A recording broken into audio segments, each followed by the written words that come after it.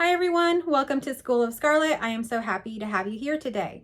Today we're going to be talking about self-sabotage. So I have it up there on the board. We're going to be talking about self-sabotage. Now, I also am going to be talking to you about what in the world is going on with my face. It's swelling from one side, as you can see. So I'm going to be sharing that story with you. It all ties into self-sabotage. So stick with me to the very end.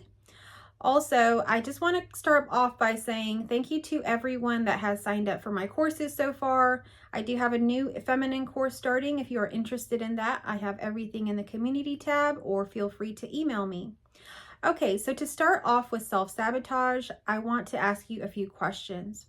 Have you ever found yourself not being able to finish things, finding yourself in a pattern where you start something and then it doesn't seem that you finish it? Do you find yourself in cycles of procrastination? Do you find yourself making excuses? Do you find yourself making jokes as to why you're not completing the things that you want to complete? So all of this goes along with self-sabotage. We can also talk about social self-sabotage, which a lot of times has to do with canceling plans. Do you find yourself canceling plans and feeling good about it? Or when other people cancel plans on you, does that bring you a self of relief? Do you make excuses that weren't already there, or find the littlest of things to cancel plans? So all of this goes along with self-sabotage. Now, if you've had a non-dual awakening, realization, or you found my content because you realize that there really is no sense of self, if you found that kind of content, or if you had that realization, you probably don't connect with this title of self-sabotage very much.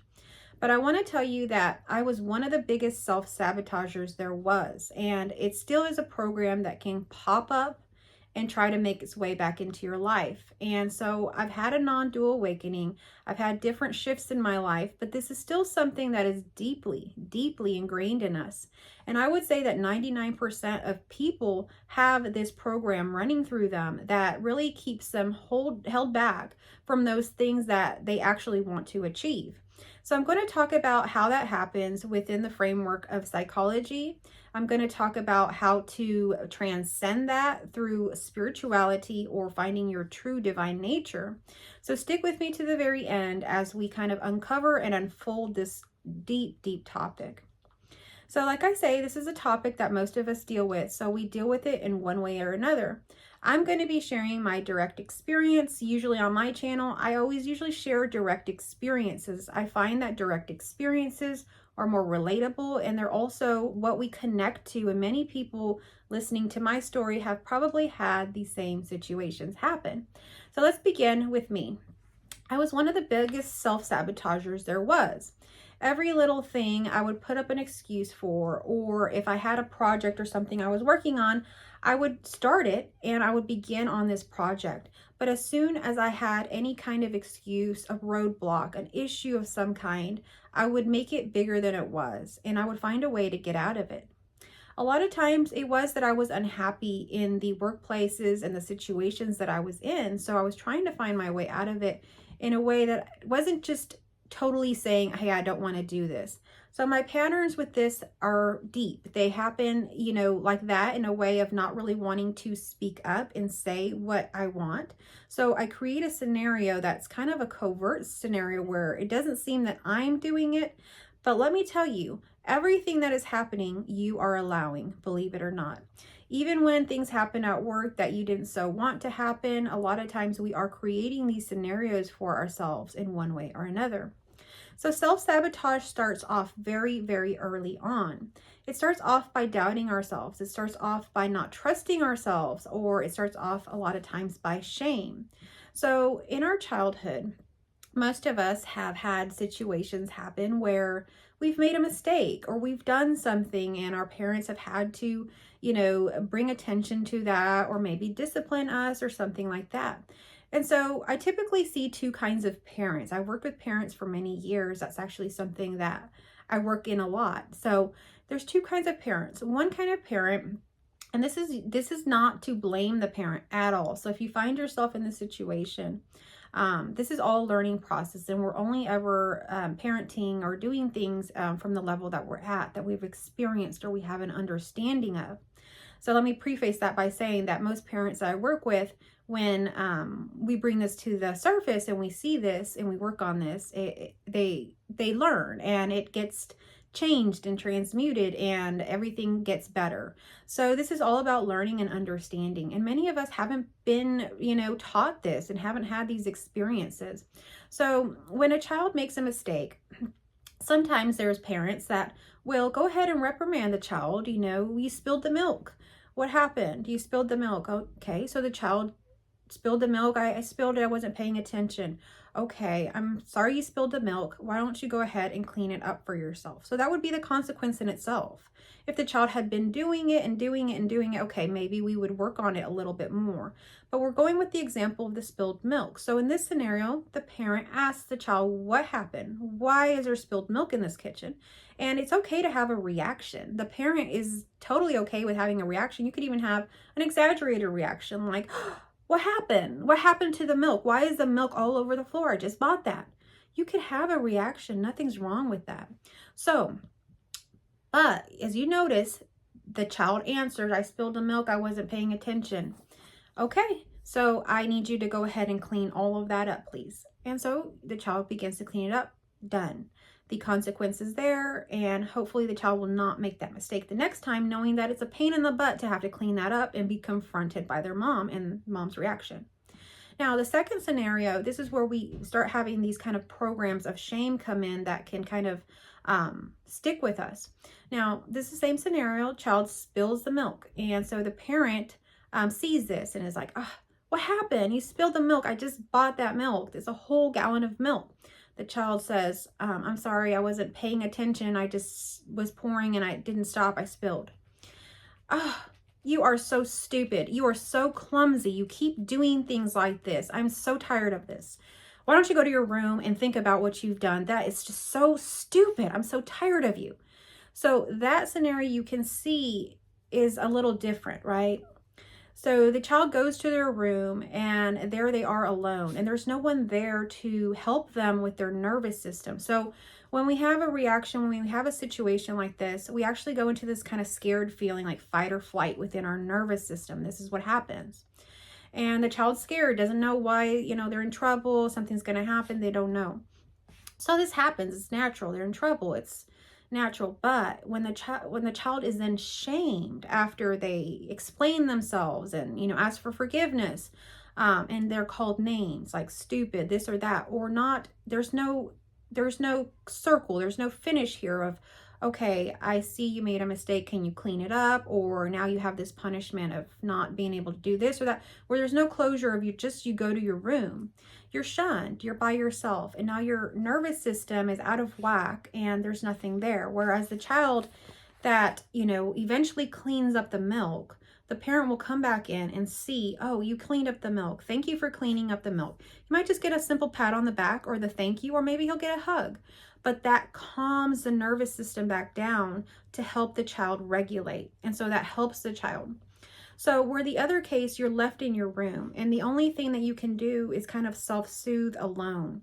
And this is where we see that kind of social anxiety come up of the self-sabotaging for social reasons. It becomes almost a safe place to go to your room, to be away from the parent that is essentially being verbally abusive, in my opinion. So the child learns this to regulate on their own, and it's not exactly the healthiest way of doing this because we're actually meant to be in connection. We're actually meant to be in union. So in turn, this makes the child feel more separate and more separate and more separate, and that they have to do things on their own to self-regulate, to do all of this. And then the shame builds up of them having to ruminate on this fact that the parent has called them stupid or, shameful or whatever it happens to be that they were called. So this kind of develops in childhood early on. And so I've seen this happen many times with friends and just everyone, and in our own lives it even happens. If it happens enough, it becomes a pattern, a program that we take on and we use as a blueprint to deal with the world.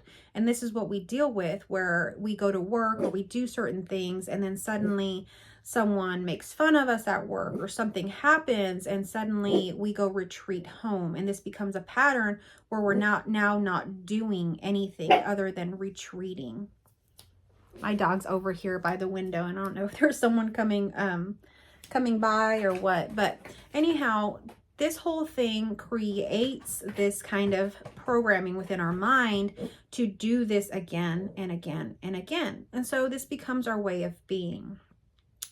So the whole thing with procrastination, with not following through on things, all of these things are truly coming from the shame that we created early on. Now, the programming behind that. Now, this turns into what could be called perfectionism, but I don't even call it perfectionism really, but that's what the main thing comes to my mind is perfectionism. But essentially what it is not really wanting to complete something unless you're doing it perfectly because of the shame that you have been programmed with in your upbringing, in your schooling, wherever it was that you picked up the shame programming. Now suddenly you have such a level of shame that you're scared to death to complete something and it not work and then be shamed for it, or do something, complete it, and it will work and you having to deal with the successes of that. All of it seems very scary. Why? Because you didn't have the trust or the foundation in yourself that should have been put there early on in life. So you didn't have trust in your parent because these situations that you just couldn't trust them. So you didn't have trust in them, but they never instilled the trust in yourself. As a matter of fact, they pulled you away from trusting yourself by claiming that you were stupid, that you were clumsy, that you couldn't trust yourself, that you couldn't do things for yourself. So now your mentality is, I can't trust the world and I can't trust myself. So that creates a human being that wants to retreat, that wants to be alone, be very introverted, be in their own space, be safe, because they find the only safety they have is completely by themselves. So this is a double-edged sword, because at the same time, when we have our realization, we really realize that we are all alone and there really is nothing. And so you're retreated back into yourself, but in a different way. So if you know what I'm talking about, you know what I'm talking about. So it kind of shifts. But when you're in the painful state of really feeling separate, this really doesn't seem very conscious to you that this is happening, but this is what's happening. And this is only keeping you further and further away and further separate from those things that will create unity, which is love, which is direct experience, which is safety, which is putting yourself out there. So in talking about my story of self-sabotage, I talked a little bit about how I was in the pattern of self-sabotaging. And for me, the self-sabotage turned into my body, into the nervous system. So when I talk about how the child, when they're not being kind of given that full circle, the closure behind what happened in their problem, they're just sent to their room, but the parent never really talks to them about it again and creates a sense of closure. It creates uncertainty in the nervous system. It creates fight or flight. It creates anxiety. It could create depression, eating disorders, many different things. Mental illnesses come from this. So when our nervous system's out of whack because it has no security, it begins to kind of eat itself up in doing these things. And so while I was working in counseling, psychology, therapy, all these places, we had a test. It was called the ACE test. The ACE test is a scale that you use with mental health patients and things like that, and even social work and maybe other places as well. So it talks about the adverse childhood effects. So what they've found, and this is now evidence-based, and it's been out there a long time because it's been 20 years since I started using that scale. And the scale tests for different scenarios and situations that could have happened during childhood. Did you have a parent that drank alcohol? Did you have a parent that couldn't control their emotions or had a mental illness? Did you have a parent that had financial insecurity? So it basically asks a lot of like scenario situations, and then it asks personal, have you ever been sexually abused? Has anyone actually accidentally touched you? Like so many different things. So it asks all of these different questions because then it gives you a score. And it's sad to say, but this score correlates to how many medical problems, chronic medical conditions you will have. So the more that you have had an abuse background or you've had trauma in your background, the more likely that you currently have chronic conditions and or will have them later in life if you're taking it earlier on or whatnot. So it's quite sad, but this is what happens and the body begins to react. So what I've noticed with myself, and especially after the non-dual awakening, that my body is super in tune with my emotions and all this. Now, emotions just come and go, just like thoughts. But again, through programming, we've believed them to be so super real. So for me, for example, if I go to the doctor, my blood pressure skyrockets out of this world. Not so much anymore. It's relaxed after the non-dual awakening, but prior, it would skyrocket. I mean, go crazy. And they couldn't figure out what it was. I'd go home and test and it was better and things like that. So eventually I had ultrasound over every single organ, everything, trying to figure out what was wrong. I went in and out of hospitals, all of this. No one can figure it out. So they just couldn't find out what it was wrong. So what am I diagnosed with now? White coat syndrome. So just because I see that white coat, my blood pressure skyrockets. So that's how in tune my body is to my emotions. They're so tied. Now, this happens to me in lots of other ways. For example, when I'm having trouble in my relationship, I begin to see it within my body as well. I begin to have stomach problems. Everything's very apparent to me because of how my body reacts. I can know things that I don't even recognize about myself or my mental dysregulating of things by my body. As soon as I'm having problems with my body and then I can reflect, I'm like, oh wow, it's happening because of this. And so everything is a warning sign. Everything is communication for you. Truly, that's what it is. So anyhow, for me, relationship, doctors, workplace things will pop up in me physically. And this has been a theme that I was not very aware of until maybe the past year when I became more and more in tune with my body. And now it's very clear to me, and it's almost funny, but in some ways it's still something that I'm working through. So the story is, I have created, several courses here, and I've presented it to you online on offerings. And I've also done courses in person. So I've done different things throughout my career. But anyhow, now I've created a parenting course, which actually I do have on my site, but no one's actually taken it because I haven't had very many viewers that are interested in parenting. But parenting is actually one of my expertise. It's actually something that I've worked with for many years, and I've also worked with children as a teacher. So I've seen, different capacities, the parent side of things and the child side of things, my side of things. I've parented my own child now. And so all of these things have come together. And so I was working in this organization that is very focused on parenting and mental health, family well-being. And so anyhow, they asked me to come present one of my courses to them to see whether or not they wanted to pilot the program and eventually see if they wanted to use my program for their parents. So anyhow, I was very excited about this. This is a great opportunity for me, and it's exactly where I want to be as far as the organization I want to work with and all of those things. So of course, everything I was excited about. I was wanting this. This was in line with my heart. Well, I go to bed. I'm all ready for it the next morning. Well, I wake up the next morning and my face is swollen and I have tooth pain right here. And I'm like, oh my goodness. And I have to be there 9 in the morning. My face is swollen. I have throbbing tooth pain. And so I lay there for a minute and I'm like, what am I going to do? And so I think my first thing to think of, which comes out of programming, is excuse. How to cancel this meeting in a way to be able to have it rescheduled. How can I reschedule this because of my face and my tooth pain? And so immediately that's self-sabotage. And I'll tell you why. Because it is exactly the first thing I want to go to when I have something new coming up. Usually something will happen. A medical condition will happen. Something will happen, or it might even be a physical thing like a car accident. Something will happen to stop me from that. Now, these things will continue to happen in your reality. And I'm going to preface this with a little warning here. For the longest of time, I believed that when these things would happen, like I would wake up with a face that was swollen or something, a car accident would happen before something or whatever.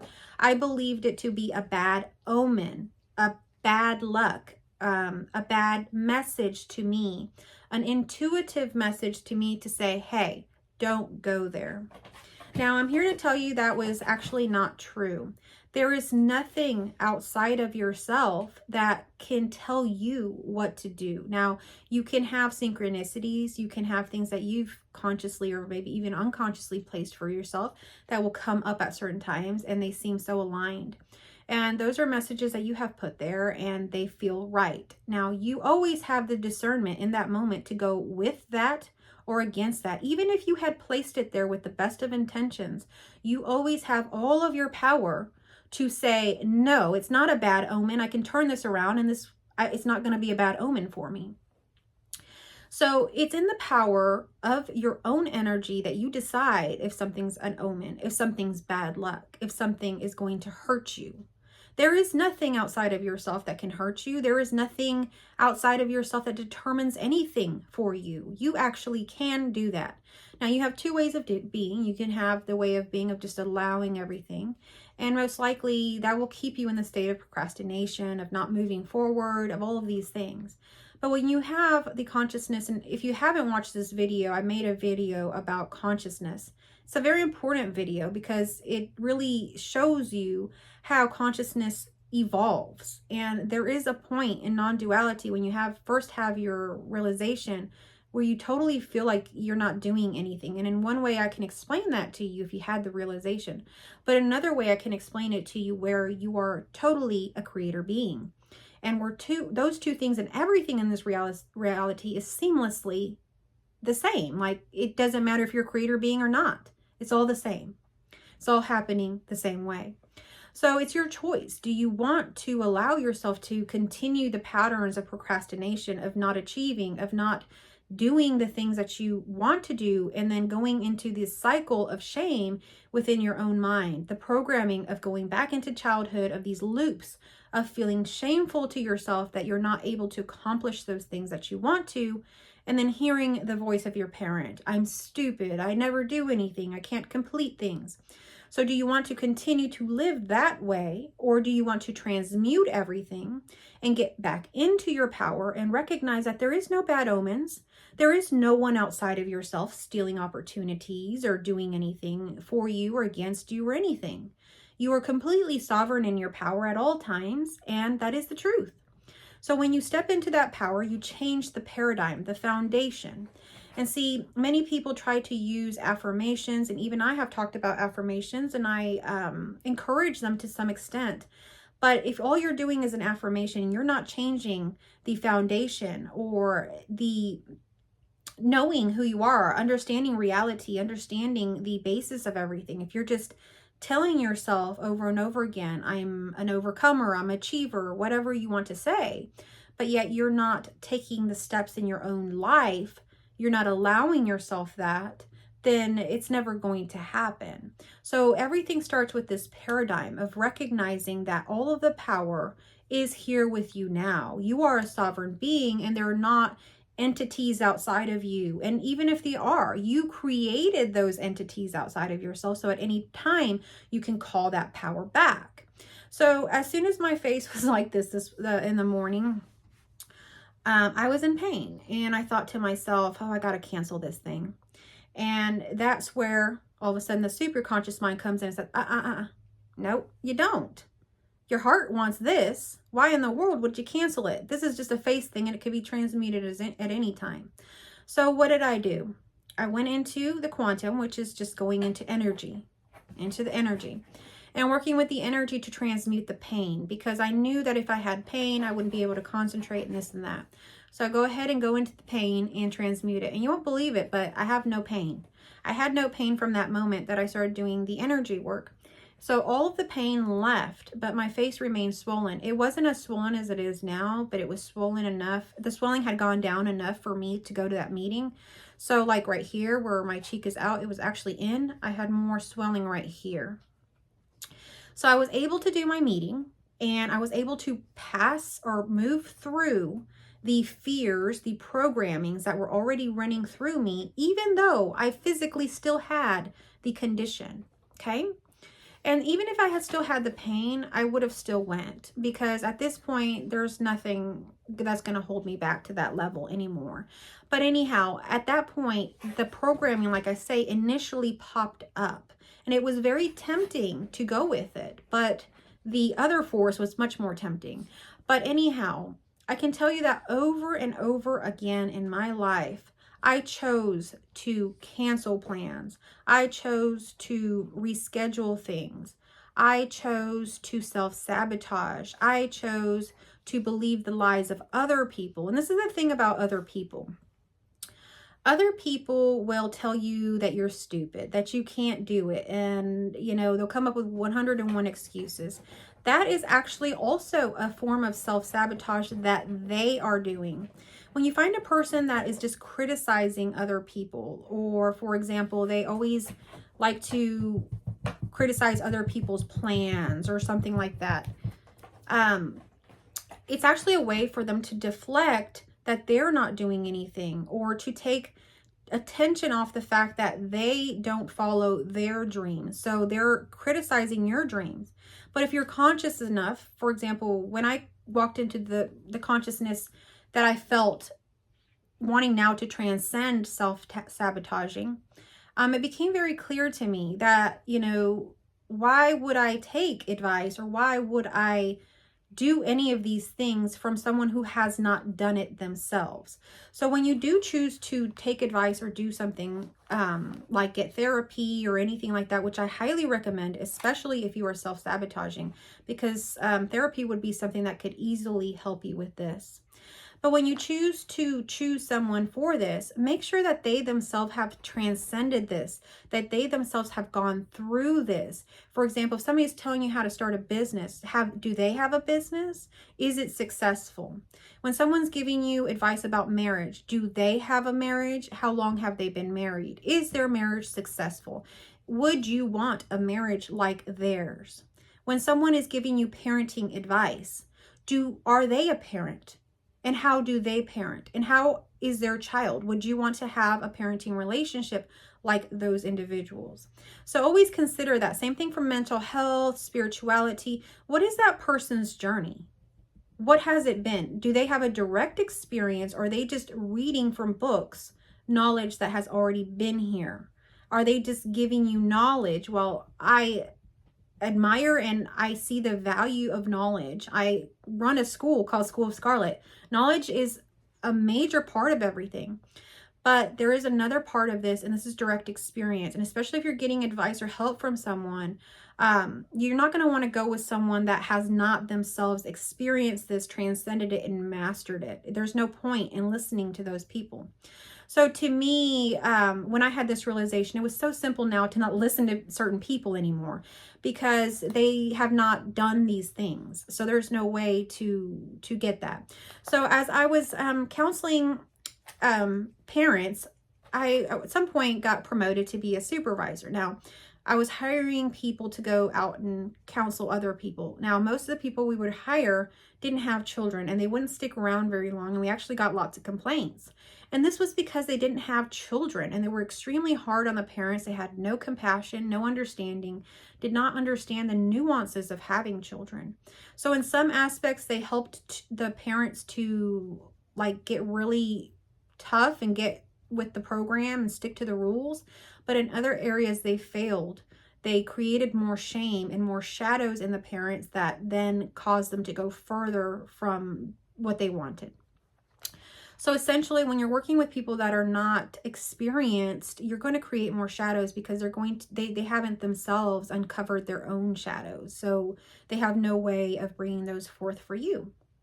So that's just something to consider. But so when people are basically criticizing you, or they're always doing these other things, or maybe you find yourself being the person that always jumps in and criticizes other people's relationships, or other people's parenting, or their business, or this or that, that is actually a way of self-sabotaging, because most likely the people that are doing these things, they themselves have not developed it for themselves. If we look at these people that do these things, they themselves don't have that relationship. They themselves have not had a business, or whatever it is that we're talking about here that they're criticizing, right? So these are all things for you to consider here. Self-sabotage is a tricky and kind of sneaky little one that comes in and out, regardless of if you had an awakening, regardless of if your perception has changed or your understanding or whatever. So this is something to be aware of. And so this is just something that has popped up for me, or really literally here in my face, to speak to you on this. And I find myself a lot of times making these videos based on actual things that are currently happening in my life. And so that's kind of the way I like to do it anyhow, because I feel like I can connect more to the situation and portray more what is happening here. Although I don't really enjoy having my face swollen like this. I did go to the doctor and I got my antibiotics and everything, so I should be good. If y'all have any experiences like this on self-sabotage, why don't y'all share with us down below? What have you gone through? How has self-sabotage arisen in your life? This is totally impersonal. It's not like that. There is no judgments about anything here. So comment down below with us. Start a discussion about self-sabotage, because this is a big area for me. And it's just so sneaky and tricky and whatever. But don't feel any shame about this. We all go through this at all stages of our development, unfolding, however you want to call it. It's just totally natural. So, but the more that we can bring like awareness or talk about this, so like if anybody puts any descriptions down in the bottom and we talk about these things, the more we can become aware of this stuff. Because even like things like the complainer, like I was talking about, you probably didn't realize that that is a way of self-sabotaging, but it is. It's a way of deflecting and not really dealing with the things that your heart is desiring for you. You're instead choosing to criticize someone else so that you don't have to go there, because it might be so scary to you to know that if you followed your heart, all your dreams would come true. And what would that be like? Life hasn't been that way for you so far, has it? But let me tell you, it can be. And as soon as you start following your heart and push through that fear and that self-sabotage and whatever weird physical things pop up for you, dreams will come true, my friends. I just want to share this message with you because I love you and I don't want you to self-sabotage anything. I want to see you out there winning, winning, winning. And I want to see you out in this world. I want you to be seen. So I love you. I wish you the best. If you like this video and you want to support me and my channel, give me a like, share this channel with others, get this information out there. I love you all.